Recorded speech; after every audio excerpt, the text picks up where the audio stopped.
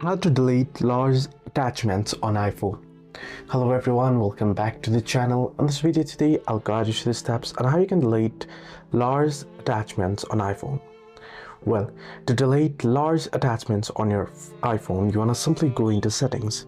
Once you're on the settings, you want to head into your general option, Under general now, head into iPhone storage. And now you can choose it by size here, but here you want to simply head into messages.